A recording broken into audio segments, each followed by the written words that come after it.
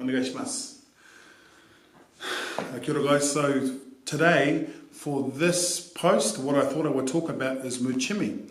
Now Muchimi is one of those things which is very particular to Okinawan karate.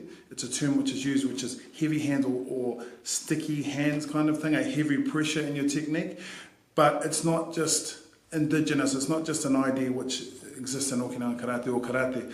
I think it's an idea that goes over all of the martial arts. So the idea is that when you strike something, you're able to go through. Now, in some of my past posts, I've talked about the makiwara, which is a particular favourite of mine.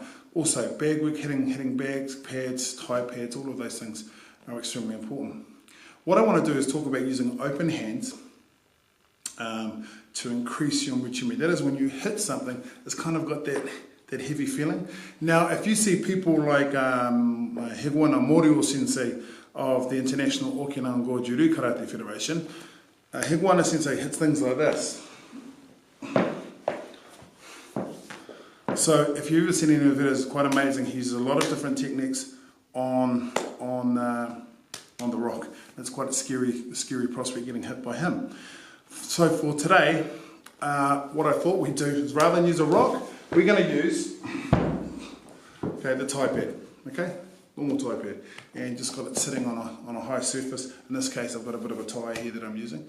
And what we're going to do is we're just going to practice our striking. Now, when you see people striking, particularly here, it's using the palm or the back of the hand, the koken and things like that. It's about developing muchimi, because those techniques are always, to me anyway, are effective when we're using our whole body and our breath.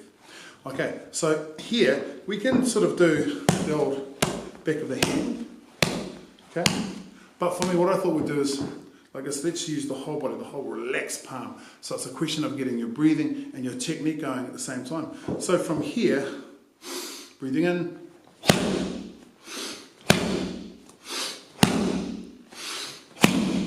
so just coming down, and I'm striking it here, Now where does this work? So let's say that someone comes in and you're striking and just being able to ward them off using the palm of your hand.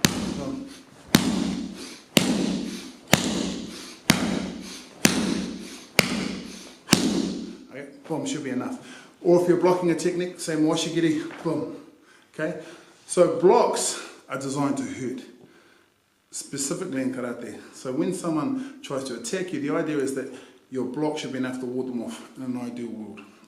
So let's look at the technique again. So I'm breathing. Change. Change. So I can even use here. It's just nice and like so you're using shito. Here, I get a hand, on the hand, shito, what I can. So I just do a couple just to demonstrate. Hopefully the pad won't fall off. Breathing in.